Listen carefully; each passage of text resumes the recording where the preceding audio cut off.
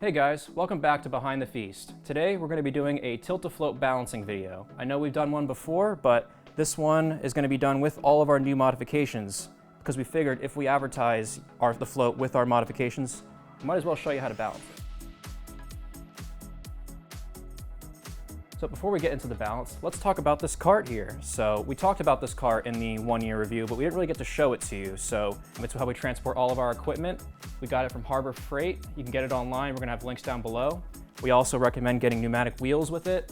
The wheels that came with it, they were just not up to the task. It's not good for your equipment just to be riding on tough terrain like that. And we found that with the pneumatic wheels, it was a day and night change, and it just made all transportation so much easier. Another modification we also made to the cart is this gobo arm we've actually attached into here that we drill the hole right here, put that through here, and when that runs up here, this can support a Steadicam bracket or it can support our Tilta float bracket that we absolutely love.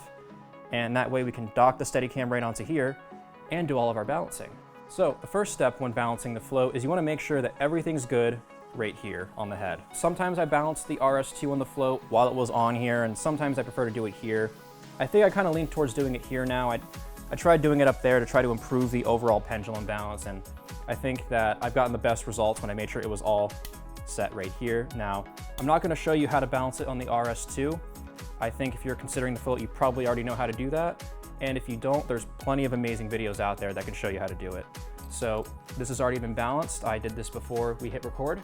So I'm just going to take this off and put this onto the float. One of the things I really like about the float is that it actually mounts right in through the battery mount. Now I'm going to take the HDMI cable and I'm actually going to put it in this little cable holder right there. Okay. And now we're going to secure the RS2 to the float.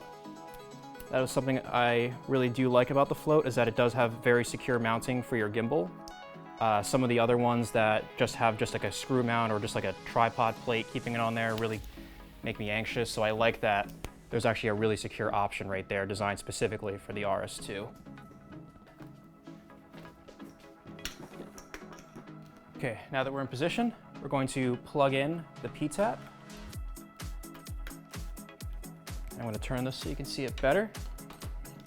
So now we're plugged into the battery here, and now you can power up the RS2. Always make sure you unlock the axes. Ooh, that's good there. So one thing you always want to do, especially if you're balancing a different camera from last time, is you want to just go in there and do a quick calibration. Now that's calibrated, we're going to switch to the other side of the Tilta bracket. So right here, we're just going to hit this switch. And then you can take it right off.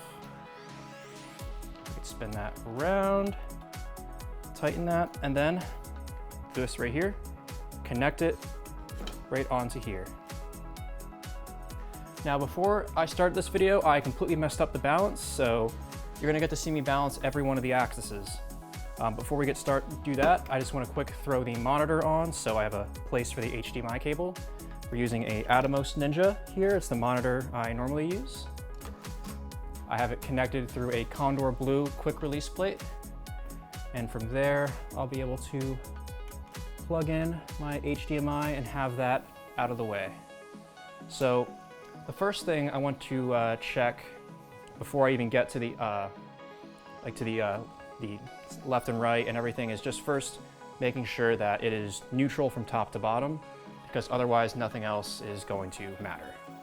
So we just want to go here and just kind of see, is it top heavy or is it bottom heavy? Very top heavy. So I'm going to bring it down here and make an adjustment. That way it doesn't bind.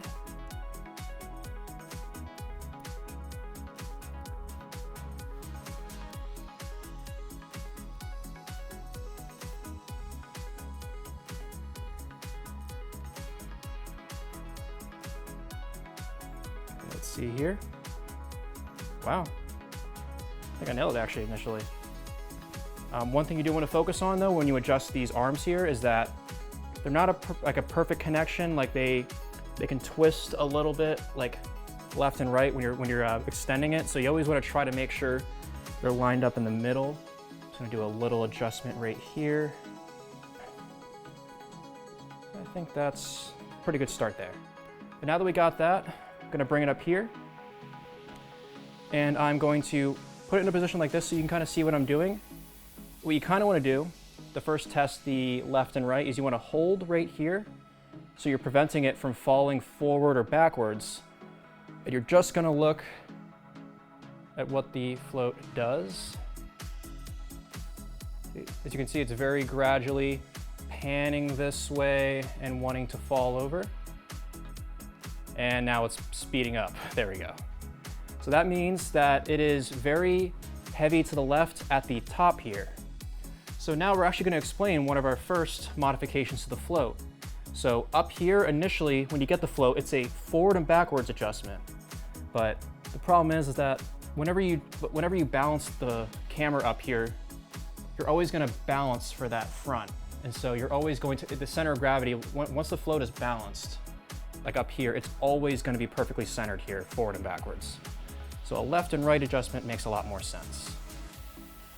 So I'm just gonna push this to the right, and we're just gonna see how that fares now. I went too far. So the name of the game is incremental movements. I think we got it there. Cool, so now for the next one, we're gonna take our hand off and we're gonna focus specifically on the forward and backwards, because when it's properly balanced, when I let go, it should stay here. And that's not what's happening. So for the way that we have the base designed here, this is actually designed very well for this adjustment, because all I gotta do with this little adjustment here is just start cranking this back, and I'm shifting the battery weight backwards as I do it. And I can also adjust the tension of that with this adjustment over here that you can't see on this side. I can make it tighter or looser, easier or harder to do that. So here I'm just gonna let go of it and see where it's at. Still wants to fall forward. Let's keep bringing it back. Ooh, that's actually pretty good. Now, of course, though, now that I got that balance, it's actually exposing some more issues now with the balance, where if you look at it here, I let go of it.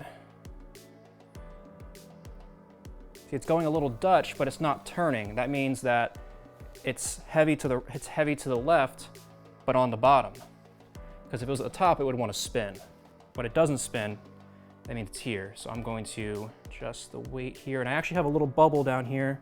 I'll show it to you. I use that to set the balance, so maybe I'll do that so you guys can see it. See where it settles. So I'm going to do that again. Oh, that was definitely way too far. Yeah, this one is definitely not as smooth an adjustment as the front and back with this bit setup, but with the bubble, it's still pretty easy to get it there. And I think that's it. Quick tighten that, which that tightening's right here in the front. Let's get that, and if I let go, it should now stay in place. Okay, I think that is it. The only thing next is to see how it does in a high to low toss.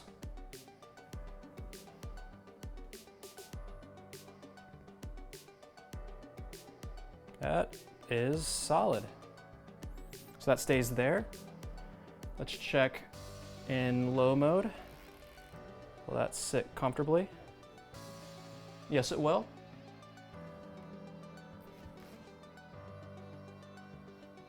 And that is balanced. Cool, so once we have that set up, we're going to take that off of the bracket. We're gonna spin it back around, and we're going to get ready. Well, if you feel like your Steadicam is too close to the cart in this situation, or your whatever stand you're using, you can loosen this Tilta bracket right here, and gives you all the space you need. So that's much better. Okay, so now I'm going to put on the vest. Now, before I put the vest on, I want to point out I'm wearing pants that have no belts, nothing here that's going to press into my hips. I have operated with jeans before for long enough. It's doable, it's just not fun. So I always prefer to wear something that is just a little bit slimmer and form-fitting that way. It's just a lot more comfortable. So, as I said, you always want to wear it tight, so deep breath. Let's do that here.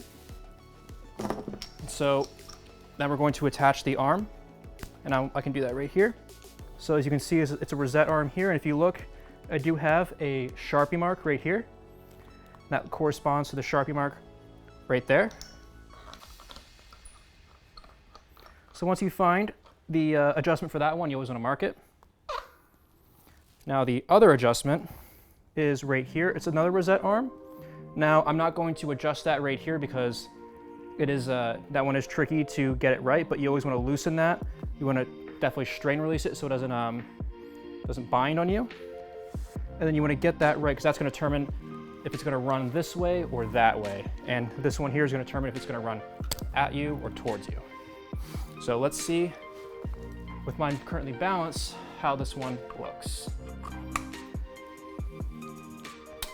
Okay, now let's see how I did. So if you have it balanced right with the arm, you should just be able to do this. Yeah. I can do this for as long as I want. When I'm relaxing on a shoot, most of the time I'll just kind of chill like this. This does take skill to get to this point because you kind of have to learn how to police your hip movements and not move too much, but when you have it balanced, this should be possible. And you should be able to even do it walking. It's definitely harder, but when you get good enough, it's a fun thing to practice.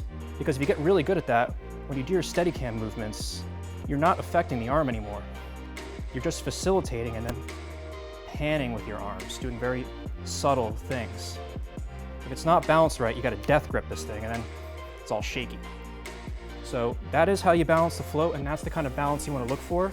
You wanna be able to sit here and be able to do this. You wanna be able to sit here and not have to worry about it. And you want to be able to bring it up to top, bring it from high to low, and not have too much movement.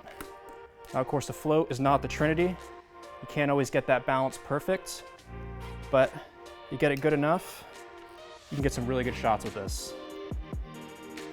So that concludes our Tilta float review. Any products that we use in this video are linked down below.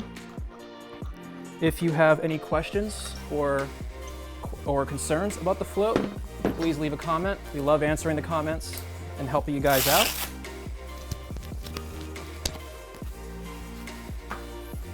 And if you like these videos, please leave a like. If you really enjoy our videos and you want to keep seeing them, please subscribe, and of course hit the bell icon for notifications. And I think that's a wrap. See you guys in the next one.